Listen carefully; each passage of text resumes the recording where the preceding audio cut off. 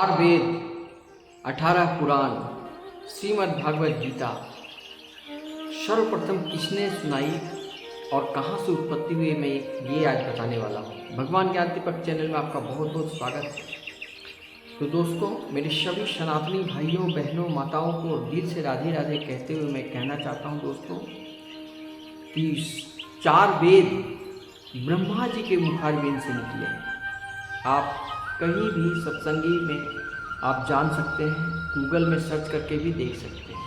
चार वेद का जानना सनातन में जो हो सनातनी धर्म वाले लोगों को जानना अति आवश्यक है। दूसरी में आते महापुराण, 18 पुराण, ये विष्णु भगवान के मुख से निकली हुई बातें हैं, जो वही चार वेद के अंदर में जितनी भी तंत्र मंत्र हैं और श्लोक हैं उसको साधारण इंसान समझ नहीं पाते थे।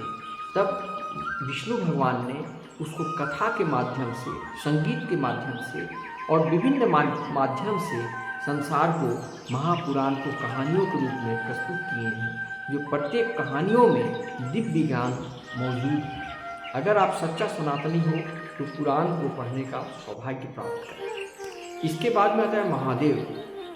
महादेव पार्वती को, अपनी पत्नी पार्वती से जो बेहद प्यार करते हैं, और शिव के बिना शक्ति नहीं, शक्ति के बिना शिव नहीं, ऐसे महादेव श्रीमद् भागवत गीता का वर्णन पार्वती से कहकर सुनाए हैं। जो दो पक्षियों ने सुना था, वो पक्षी का अंडा से निकले हुए पक्षी वो बाद में चलकर सूत जी बने।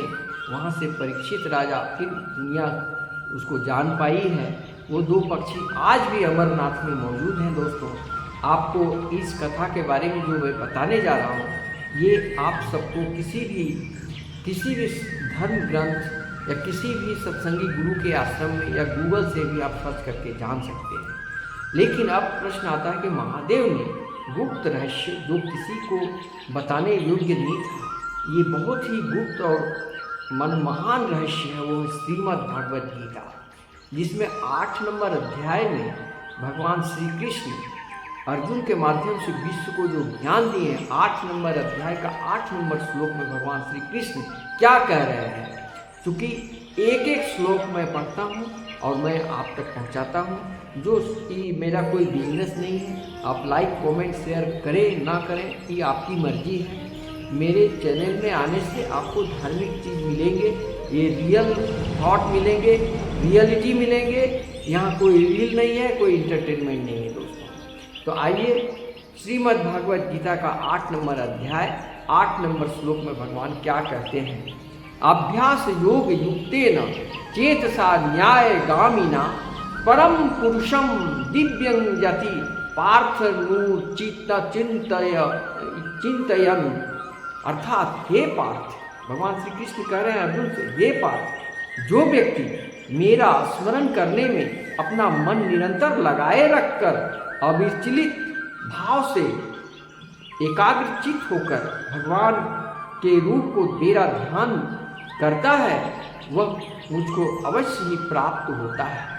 तात्पर्य, इस श्लोक में भगवान श्री कृष्ण अपने स्मरण किए जाने की महत्ता पर बल देते हैं। महामंत्र क्या है? हरे कृष्ण कृष्ण कृष्ण हरे हरे, हरे राम राम राम हरे हरे। इस मंत्र का जाप करते ही आपका हृदय कृष्ण भावनामृत से ओत-प्रोत हो जाते हैं। इसके अलावा आपको यज्ञ हवन पूजन तीर्थ कुछ भी करने की आवश्यकता नहीं है। हरिनाम, ये नाम का जाप ही काफी है। ध्यान का अभ्यास अत्यंत सुगम और इससे परमेश्वर को प्राप्त करने में सहायता मिलती है। पुरुषम का अर्थ होता है भोक्ता।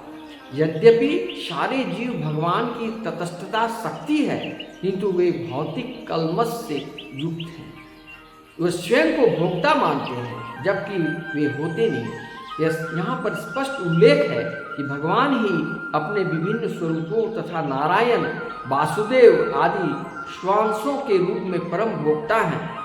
भक्त हरे कृष्ण का जाप करके अपनी पूजा का लक्ष्य परमेश्वर का, उनके किसी भी रूप नारायण, कृष्ण, राम आदि निरंतर चिंतन कर सकता है। ऐसा करने से वह शुद्ध हो जाता है और निरंतर जप करते रहने से जीवन के अंत में भगवत धाम को जाता है। योग अंतःकरण के परमात्मा का ध्यान। इसी प्रकार हरे कृष्ण के जाप द्वारा मनुष्य अपने मन को परमेश्वर में स्थिर करता है। मन चंचल है, अतः आवश्यक है कि मन को बलपूर्वक कृष्ण चिंतन में लगाया जाए। प्रायः उस एक प्रकार के कीट का दृष्टांत दिया जाता है जो तितली बनना चाहता है, वह उसके जीवन में तितली बन जाता है। इस प्रकार यदि हम निरंतर कृष्ण का चिंतन करते रहें तो यह निश्चित है कि हम जीवन के अंत में कृष्ण जैसा शरीर प्राप्त कर सकेंगे। दोस्तों, यहाँ भगवान श्री कृष्ण ने इतनी सुंदर वाणी कही है कि कुछ भी करने की सिर्फ अपनी अंदर की आत्मा, जिसमें दया की शक्ति शुद्धि से लिए हुए महामंत्र हरे कृष्ण मंत्र जो है, इसका जाप करें। और इसका जाप करने से पहले आपको 3 कार्य करना होगा। पहले कि शुद्ध सात्विक भोजन करना होगा, शाकाहारी। दूसरा, भक्ति मार्ग में आपको रहना होगा। गलत आचरण, गलत सोच, जो तमोगुणी विचारधारा है, उसका परित्याग कर देना होगा। और तीसरा है, श्रीमद् भागवत गीता के आदेशा निर्देशानुसार आपको कार्य करना है। देखिए, आप बहुत दुर्लभ हो जो मानव कुल में जन्म लिया, उससे भी बड़ा दुर्लभ हो कि आप सनातनी हिंदू हो, उससे भी बड़ा दुर्लभ कि सनातनी हिंदू तो हो लेकिन रामचरितमानस और श्रीमद् भागवत गीता का ज्ञान प्राप्त नहीं हुआ, तो ये आपका सारा नष्ट हो, सब बेकार व्यर्थ चला जाएगा। इसलिए वो दुर्लभ होते हैं जो भगवत ज्ञान को प्राप्त करते हैं। इससे भी बड़ा दुर्लभ वो हैं जो भगवत गीता का अध्ययन करते भी हैं और आप तक पहुंचाते भी हैं, जैसा कि मैं कर रहा हूं। मैं जब से इस बात को जाना हूं, तब से मैं वीडियो के माध्यम से और मोबाइल के इंटरनेट के माध्यम से इन कथाओं को आप तक पहुंचा रहा हूं। तो इस प्रकार का करना महादुर्लभ व्यक्ति। इससे भी बड़ा दुर्लभ ये है कि जो भगवत कथा को सुनता है, चिंतन करता है, मनन करता है, उसको फॉलो करता है, अपनी जिंदगी में उसको लागू करता है और वो परम तत्व को, ज्ञान को प्राप्त, दिव्य ज्ञान को प्राप्त कर लेता है। और अंत में वो भक्त श्री कृष्ण भावनामृत की भावना में इतना उस संलग्न हो जाता है, इतना आनंदमय जीवन हो जाता है कि उसकी जिंदगी से अहंकार, क्रोध, घृणा, भ्रम, माया, इंद्रिय तृप्ति, सारे दुख दूर हो जाते हैं। यही आज की कथा का उद्देश्य था मेरा। भगवान ज्ञान दीपक चैनल में आपका बहुत बहुत स्वागत है। अगर आपके पास ये वीडियो पहुंचे तो आप बहुत भाग्यशाली हैं।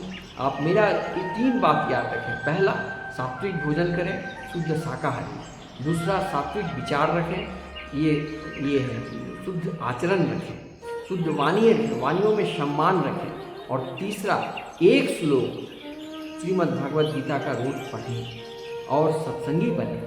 आप भौतिकवादी दुनिया में कार्य, ऑफिस में काम करते हो, किसान हो, छात्र हो, जो भी हो, सारा काम करो। गृहस्थ आश्रम से बड़ा कोई आश्रम नहीं, सब कुछ करो, लेकिन समय एक श्लोक पढ़ने का श्रीमद् भागवत गीता से निकालो और पढ़ो। तभी आपका हृदय डिटॉक्स हो जाएगा, माइंड डिटॉक्स हो जाएंगे और ये शरीर में भक्ति का भाव जगेंगे और अहंकार का भाव नष्ट हो जाएंगे। और जीवन में ये जो मर्तलोक में संसारंग मिथ्यानाम और संसारंग दुखालयम, इस दुख भरी दुनिया में बार बार आने की से मुक्ति पा जाएंगे। यही गीता का उद्देश्य है। परम धाम को जाने के लिए भक्ति धाम में रहें और भक्ति मार्ग में आए। प्रेम से बोलो जय श्री कृष्ण, राधे राधे, वृंदावन बिहारी लाल की।